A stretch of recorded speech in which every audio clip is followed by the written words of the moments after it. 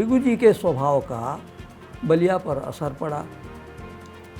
यहाँ के लोग किसी को बर्दाश्त करने वाले नहीं हैं, तुरंत जवाब देते हैं। उनकी विद्वत्ता का भी असर पड़ा, उनके तेज का भी असर पड़ा, बलि का भी असर पड़ा। यहाँ हर प्रकार के लोग उत्पन्न हुए हैं, एक से एक बड़े विद्वान, एक से एक बड़े योद्धा, एक से एक बड़े नेता।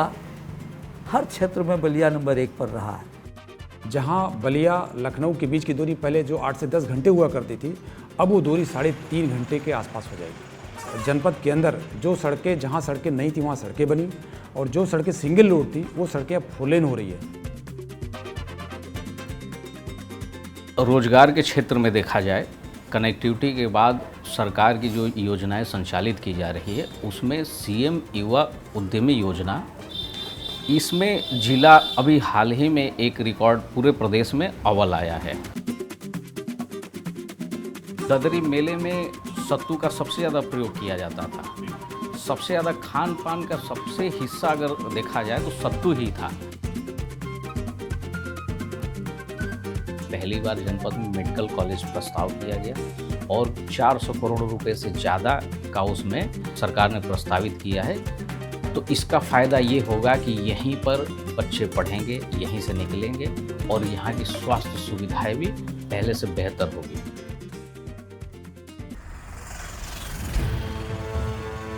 एक ऐसा जिला जिसने इतिहास ही बदल दिया, जहां आजादी सिर्फ एक सपना नहीं बल्कि अंग्रेजों के सामने खुली चुनौती बन गई, जहां 1857 की पहली चिंगारी भी जली और 1942 में अंग्रेजी हुकूमत के खिलाफ पहला स्वतंत्र जिला बनने का साहस भी दिखा।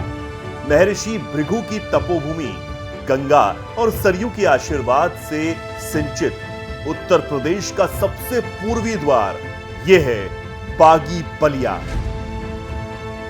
लेकिन आज यह जिला सिर्फ अपने गौरवशाली अतीत पर नहीं बल्कि विकास के नए इतिहास पर भी गर्व कर रहा है। बलिया का नगवा गांव, यहीं जन्म हुआ उस वीर का जिसने अंग्रेजी साम्राज्य की नींव हिला दी। 1857 में बैरकपुर छावनी में मंगल पांडे ने अंग्रेजी हुकूमत के खिलाफ विद्रोह का बिगुल फूंका। वो एक गोली सिर्फ एक सैनिक की बगावत नहीं थी, वो पूरे भारत की आजादी का पहला शंखनाद था।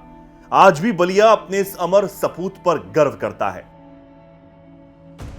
और इसी धरती ने देश को दिया एक ऐसा प्रधानमंत्री जिसे राजनीति का युवा तुर्क कहा गया। इब्राहिम पट्टी के जननायक चंद्रशेखर, सत्ता उनके लिए लक्ष्य नहीं, जनता उनकी राजनीति का केंद्र थी।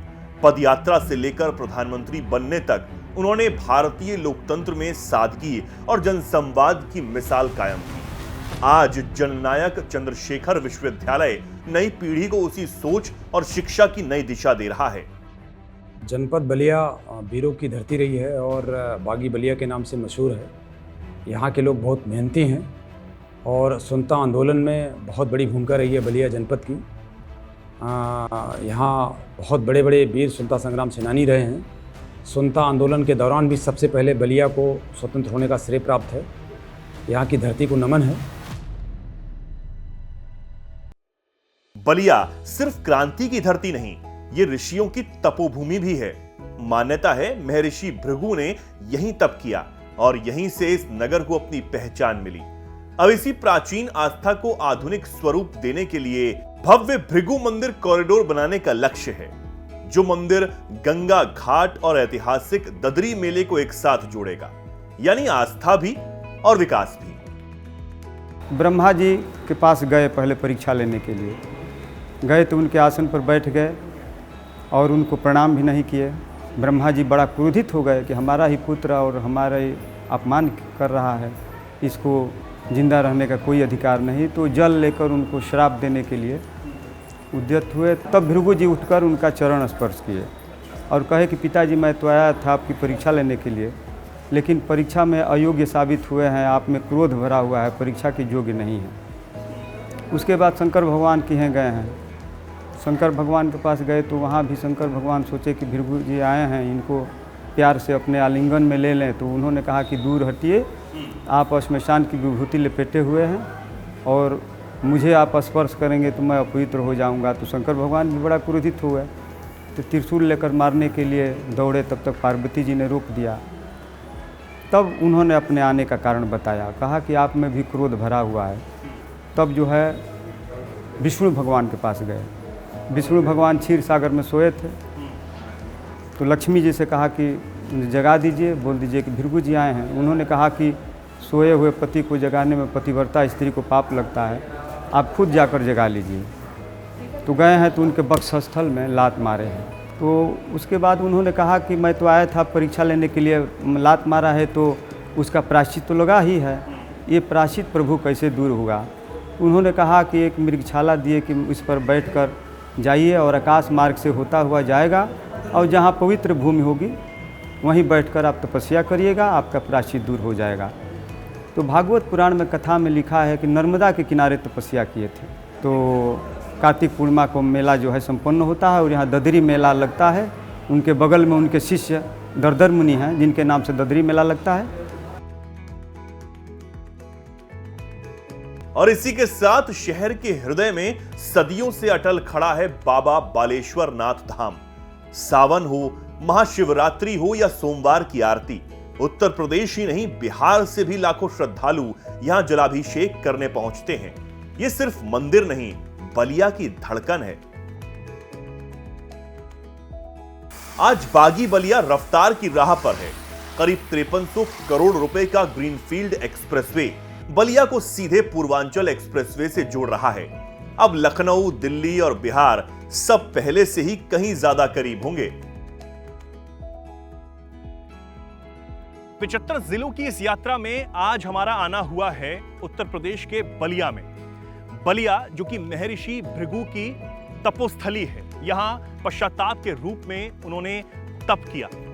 बलिया, इस धरती ने देश को चंद्रशेखर के रूप में एक प्रधानमंत्री भी दिए। बलिया जो उत्तर प्रदेश के सबसे पूर्वी छोर पर बसा एक जिला है, अब उत्तर प्रदेश का प्रवेश द्वार भी बन रहा है।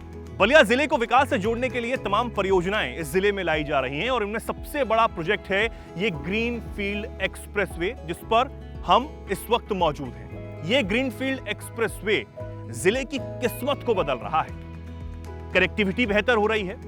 करीब 5300 करोड़ की लागत से बनकर तैयार हो रहा यह एक्सप्रेसवे न सिर्फ इस जिले को बिहार से जोड़ेगा, बल्कि लखनऊ और दिल्ली की कनेक्टिविटी भी आने वाले समय में बेहद आसान होने वाली है। अब यह ग्रीनफील्ड एक्सप्रेसवे जब बनकर तैयार हो जाएगा तो रोजगार भी आएगा और इंडस्ट्रीज भी इस जिले को आने वाले वक्त में मिलने वाली है।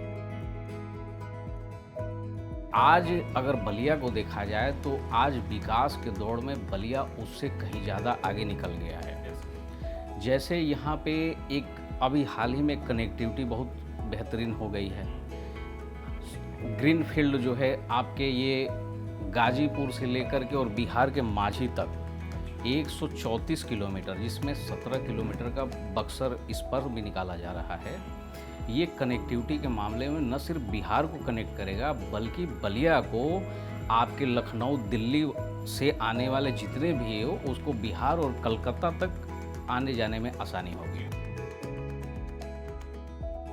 यानी जिस धरती ने कभी क्रांति की राह दिखाई, आज वही विकास की रफ्तार तय कर रही है। बलिया रेलवे स्टेशन आधुनिक सुविधाओं के साथ नए स्वरूप में तैयार हो चुका है।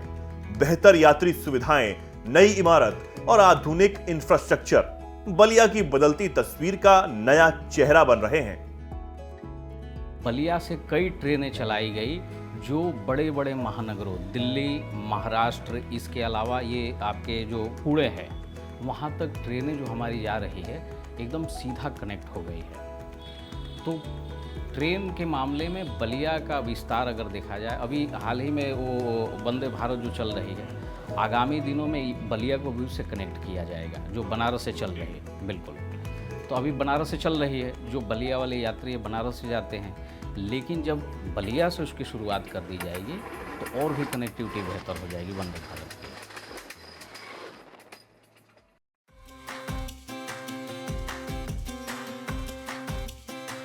किसी भी जिले का भविष्य उसकी शिक्षा तय करती है। जननायक चंद्रशेखर विश्वविद्यालय आज पूर्वांचल के हजारों युवाओं के सपने को नई उड़ान दे रहा है। ज्ञान, अनुसंधान और अवसर, यही भविष्य के बलिया की असली ताकत है।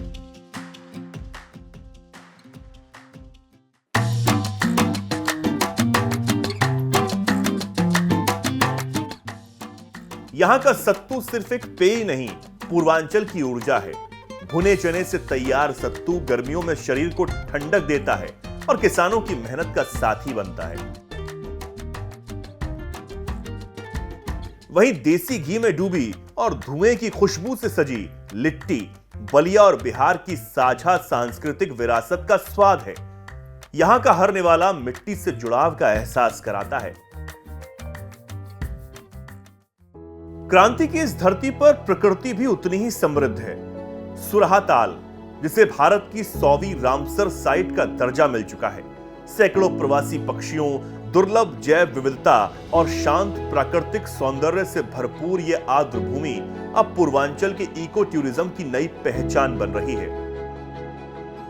प्रकृति की अनमोल धरोहर सुरहा ताल भारत की 100 रामसर साइट में अंतर्राष्ट्रीय दर्जा प्राप्त कर चुकी है। स्थानीय पक्षी, प्रवासी पक्षी और जैव विविधता से भरपूर यह आर्द्र भूमि पूर्वांचल की इको टूरिज्म में अपनी नई पहचान बना रही है। यानी बागी कहलाने वाला बलिया अब प्रकृति और पर्यटन के क्षेत्र में भी तेजी से आगे बढ़ने वाला है। एक और मंगल पांडे का साहस, चंद्रशेखर का नेतृत्व, महर्षि भृगु की तपस्या और बाबा बालेश्वर नाथ की आस्था। दूसरी ओर एक्सप्रेसवे, आधुनिक रेलवे स्टेशन, विश्वविद्यालय, इको टूरिज्म और विकास की नई रफ्तार। यही है आज का बलिया, जहां इतिहास प्रेरणा देता है और विकास भविष्य लिख रहा है। ये सिर्फ बागी बलिया नहीं, ये है बढ़ता यूपी, दौड़ता भारत।